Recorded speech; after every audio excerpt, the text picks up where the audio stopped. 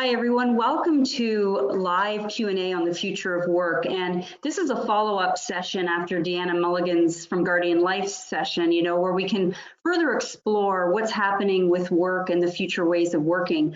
My name is Tracy Malcolm. I'm with Willis Towers Watson. I lead our future of work solutions and really dedicating my time to thinking about how work is changing in organizations, how organizations are looking to create more agility in their organization through either reskilling or connecting talent to new and emerging work. This is an area that's near and dear to me. On the one hand, I think we have a wonderful opportunity to increase the use and level of automation in our organizations for more efficiency, to gain more connection across our talent and collaboration. But we need to get some things right. We need to think about how jobs are changing and the opportunity to engage talent in new ways of working and ensure their voice is heard. So they also have choice and control about where they want to grow and how they want to evolve their skills and look for their next opportunities. So I really look forward to, discussing all of these areas with you. You'll have the opportunity to log any questions, and hopefully, we can get through them and talk about them, and I can share examples. So at Willis Towers Watson, let me just start by saying how we think about future of work. It really is an opportunity for organizations to take a very integrated approach. It's the opportunity to think about how are work and rewards changing, and how can we design proactively in our organization new ways of work, right? Recognizing where automation might be coming in and the value of that work might shift. A job that was once a data analyst might be gaining specialist skills, and with those new skills, the opportunity to change the rewards basis.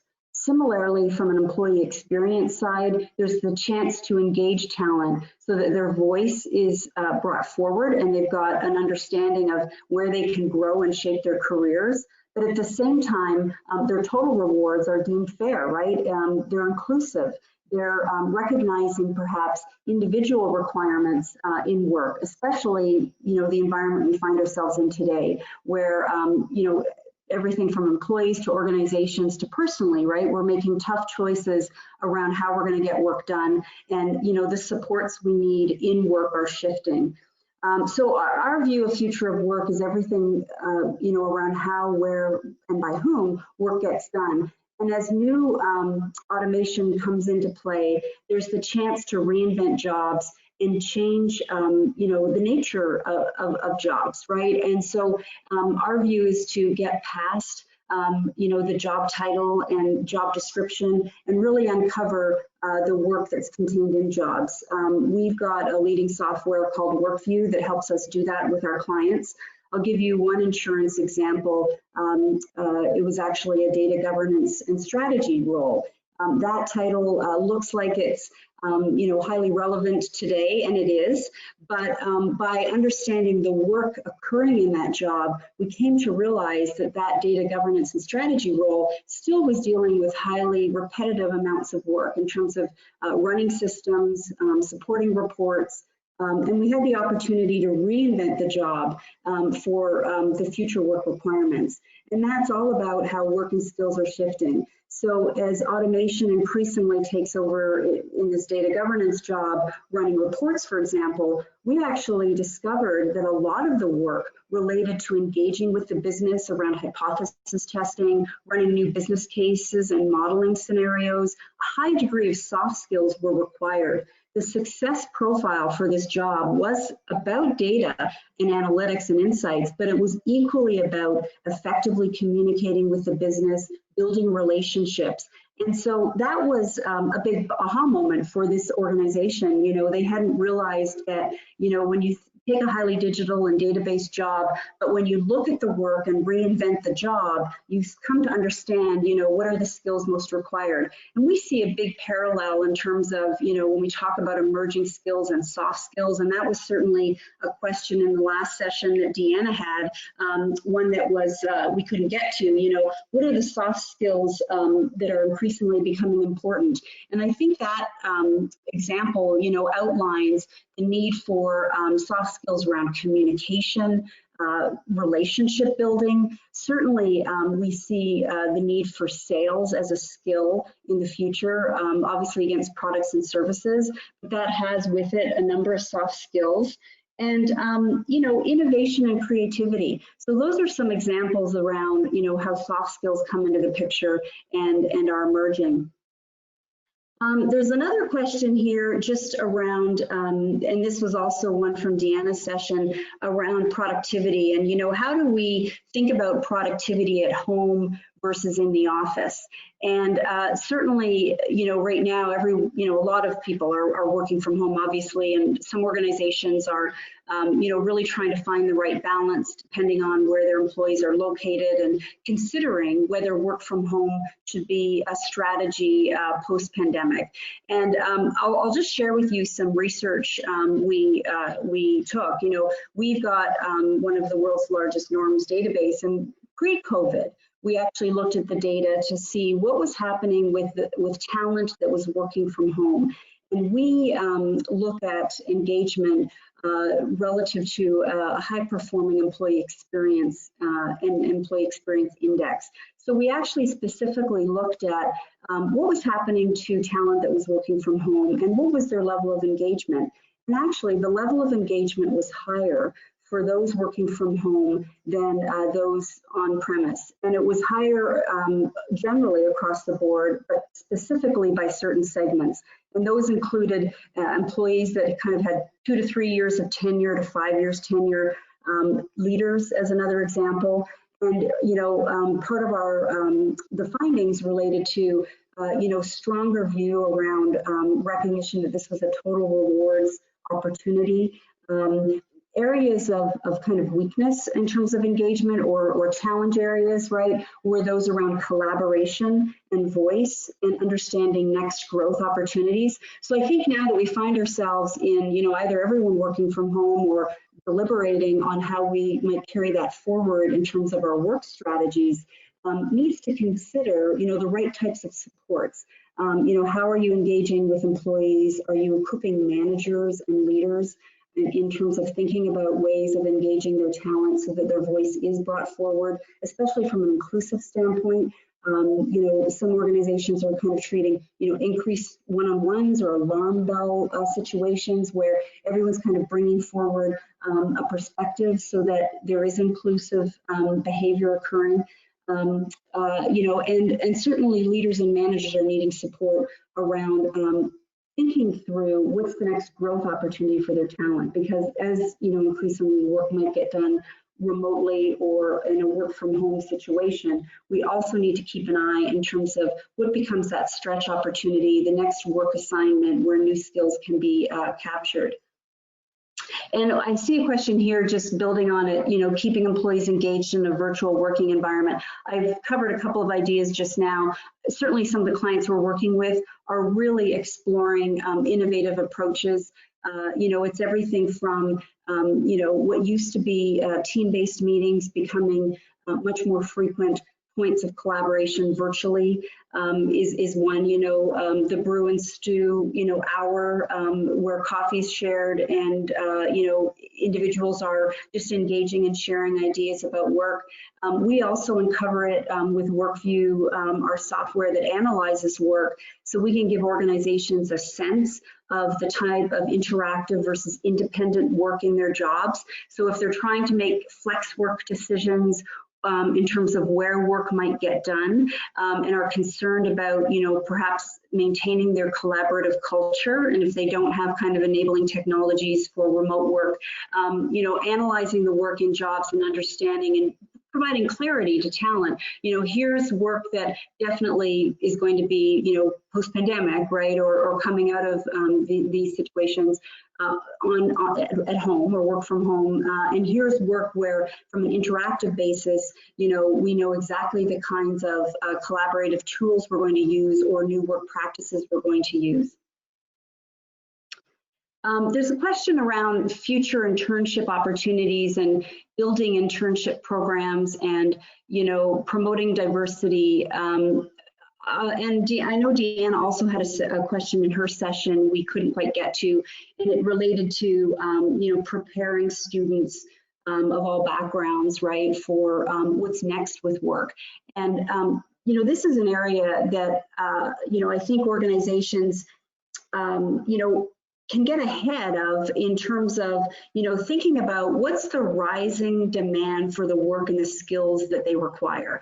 And, I think some organizations have struggled in the past, with workforce planning and thinking about, how jobs might be changing. But I think this is an opportunity now more than ever for HR to be collaborating with the business and educational institutions and providing some, directional view on how work is changing. And so it can be collaboration that would say, instead of financial analysis skills, let's add to it financial software modeling. Instead of marketing, let's increase the view around digital marketing. So really with a mind of how their organization and the work in the organization is, changing and the demand for new skills, and collaborating with institutions to ensure that happens. And we certainly are seeing lots of organizations, continuing to, build those collaborations. There's a question here around, managing onboarding of new hires in the new virtual environment, and, a couple of others just around evolving, recruitment processes.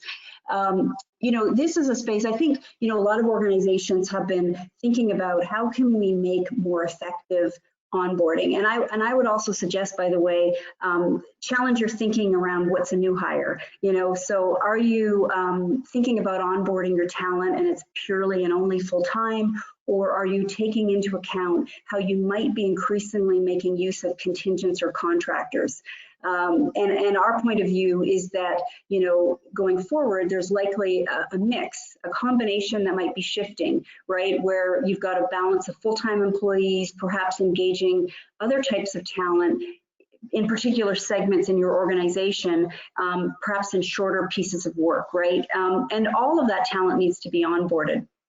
We're seeing some excellent practices in terms of kind of minus day one, right?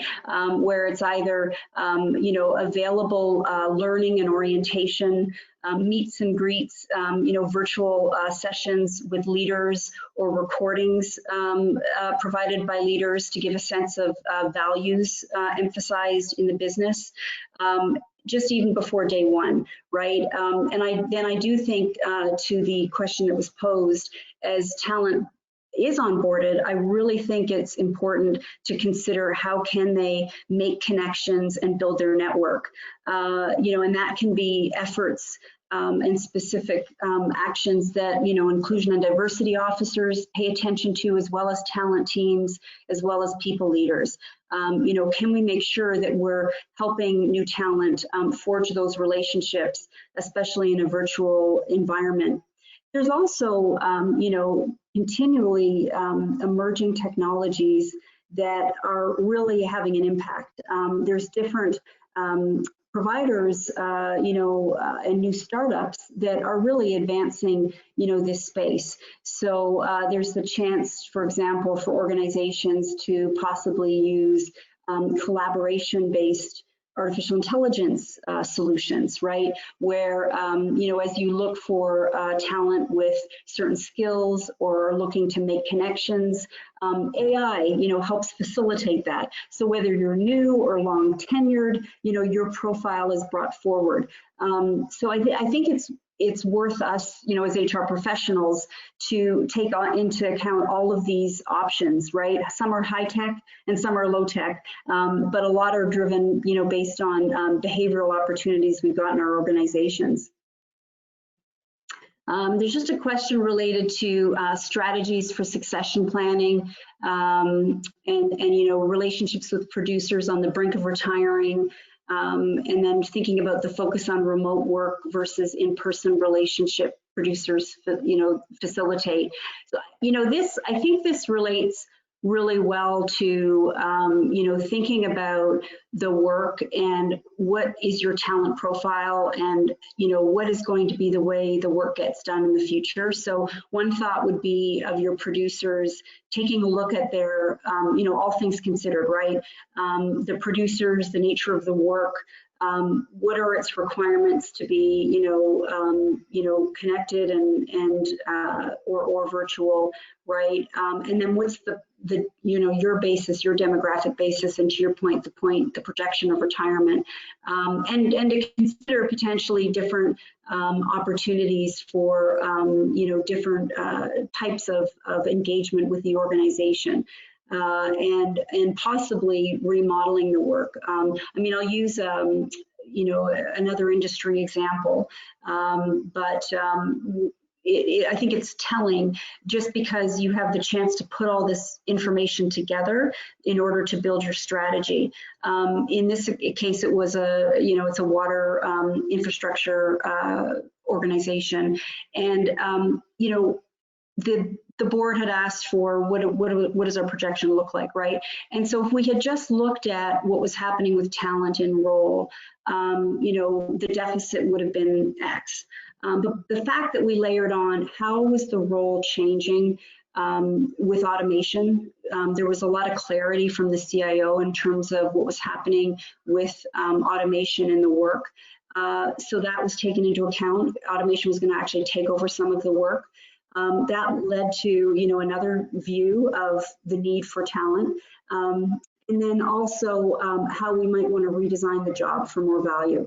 And that led to, again, another view of the talent that was in place versus the job that was redesigned with the new skill requirements. So adding all those factors up came to, a new number, right? If we had just tackled the current change in demographic, it would have been, easily a 30% deficit. If we had just looked at automation, they would have had a 10% surplus in talent, right? If we looked at as well the changing job and the skill requirements, we got at a new number and a new way to solve, right, for how work was going to get done and what was required of talent and the successors that were necessary. So that's just one example of, kind of putting all, the data together to make some of those decisions. And another question just relating to, future of working strategies and who gets involved, and it builds a bit on my, some of the examples I've been providing. It really, we've got a great moment now, to be collaborating more across HR, IT, risk, legal, for example. I think that, organizations are increasingly seeing how all of this needs to fit together, if we're making decisions around either the total cost of work, instead of thinking about just singularly furloughs or different changes on employees, let's connect the dots and think about the true options we've got for redesigning the work and the cost of work in the organization.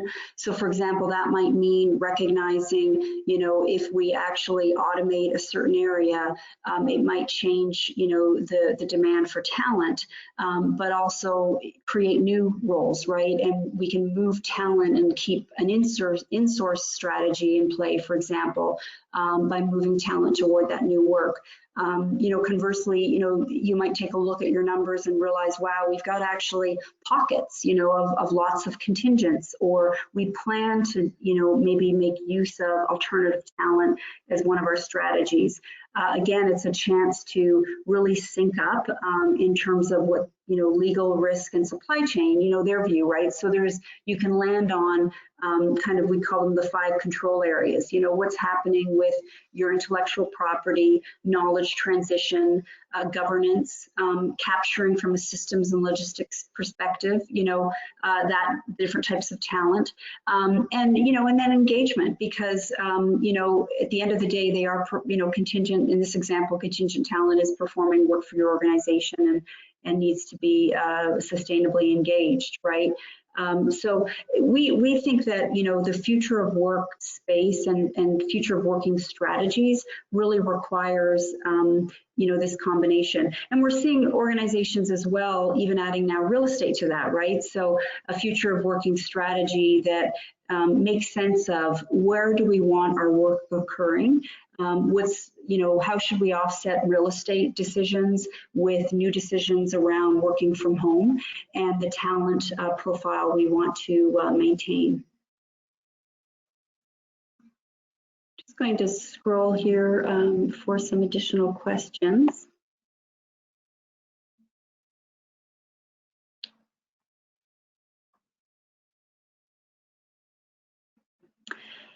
And, the other comment we had was just around productivity and, just what's happening with productivity, a view around productivity at home or the office, or measuring productivity. And, I think that outside of, how you might be measuring, productivity in terms of real measures, right, either sales or other outcomes or KPIs that you might have.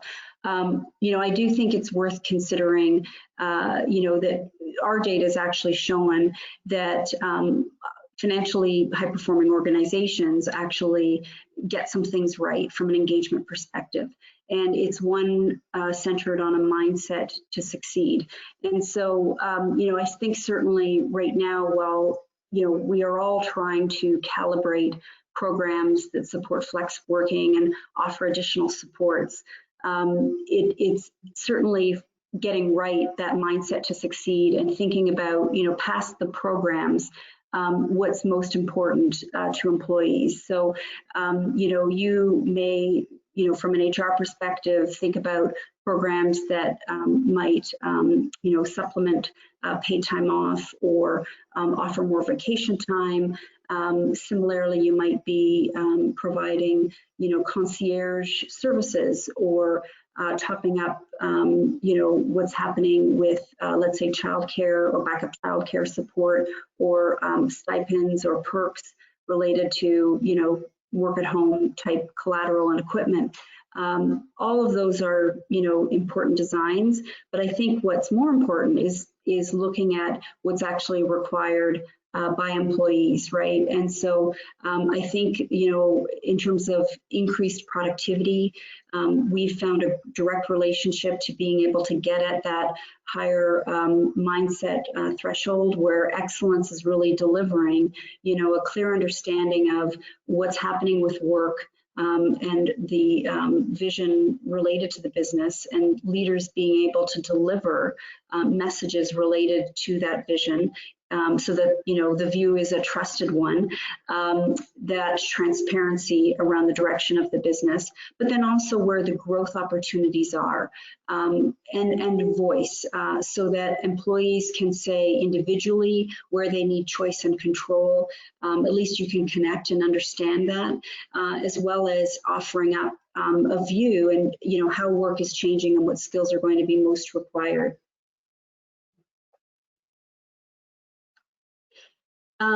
There's a question here just around with work from home. It is easy to keep working. Suggestions for a company to model require time off during the workday. Yeah, I think that's a really good call out. I think, we left a point, in time before all of this happened where, we either had our ways of working personally or observed in our organization preferred practices, right?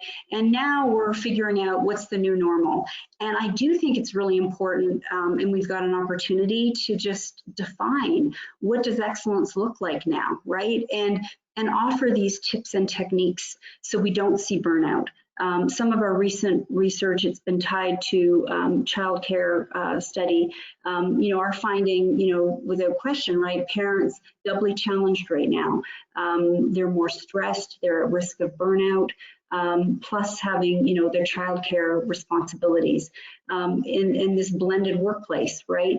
And so I think it's important to recognize where, work might get done differently during the day, to explore with managers some of those options, We're certainly seeing demand for solutions like a playbook where, you can equip leaders and managers with some of this excellent thinking. What do we think in our organization is going to make the most sense? And here's some options for you to consider as you manage your teams, right? So good new ways of working. It could be that there's, ideas around let's only do, these kinds of management or operational meetings, the last 2 hours of every day, and proposing new buckets of time for other type of work to get done.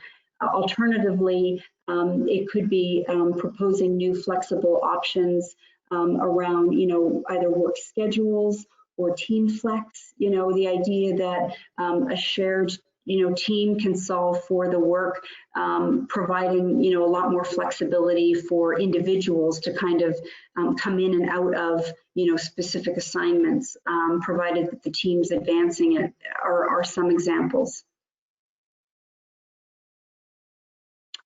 There's another question around what approach do you recommend if you're trying to rise out of your current role and have inquired you can get into a role with an on-the-job training. Yeah, so I think, this relates to, kind of a bigger opportunity, and I think it's one where you can kind of think of in terms of a continuum, is your organization kind of on the left of the continuum where perhaps jobs are defined and a little more rigid and frankly traditional, right?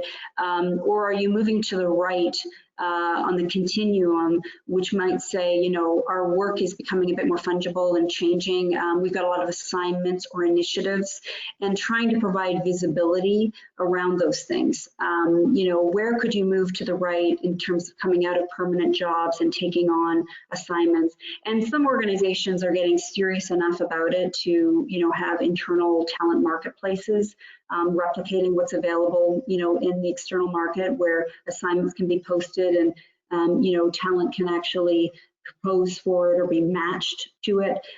Those are some ideas.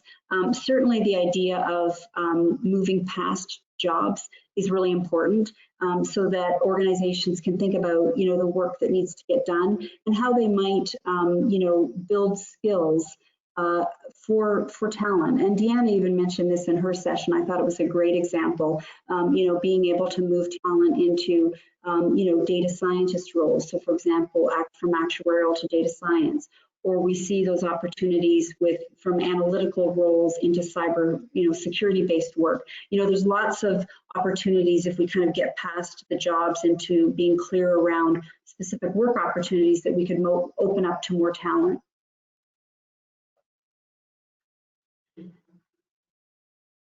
And sorry, I just need to adjust, and we're coming up on our time. So what I will do is I will ask, for any of these additional questions to be posted. But we're just coming up on the last few minutes of our time. And I guess what I wanted to share as well is just a couple of other thoughts we didn't get to. One, if we think about, how work is changing and, taking on new work and valuing that work differently, organizations are exploring everything from, attaching, variable pay to some of that work, recognizing, that it is a different level of contribution. We're certainly seeing HR professionals benchmarking. So, if you're thinking about, how do I actually, make room in our rewards strategies for perhaps emerging talent, one of, I think, the key things to bear in mind is, again, get past those titles, a data scientist or a cybersecurity strategist, and think about specifically the skills that are required and benchmark based on those skills.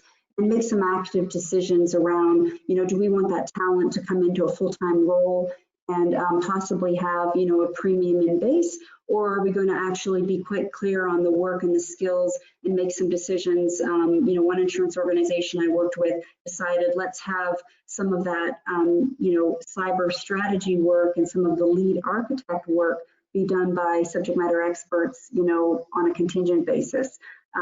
Similarly, benchmarking for skills, specific skills and their value and their change year over year. so that you have a line of sight. How much are we building into our organization, or are we wanting to keep more flexible as we explore new products and services and possibly new skill sets that are new to our organization? And so, SkillsView is another solution that can help with that benchmarking. But most importantly, it just shows, we've got a chance to think about architecting around work and rewards a little differently in order to solve for these opportunities for our organizations, as well as, address, how work and the cost of work is going to be changing. So thank you very much for joining this live Q&A session on the future of work. It's a passion of mine. Feel free to visit Willis Towers Watson. We've got a number of blogs and solution demonstrations available around, some of these tools that are helping organizations navigate the future of work. I've mentioned a few of them, such as WorkView and SkillsView. But we're also posting some of our latest research around, having a sustainable reset with COVID, and certainly regularly surveying the market in terms of organizational strategies with COVID, as well as talent and some of their needs, regardless of their organization, some of their needs from a work and rewards perspective. Thank you for your time today.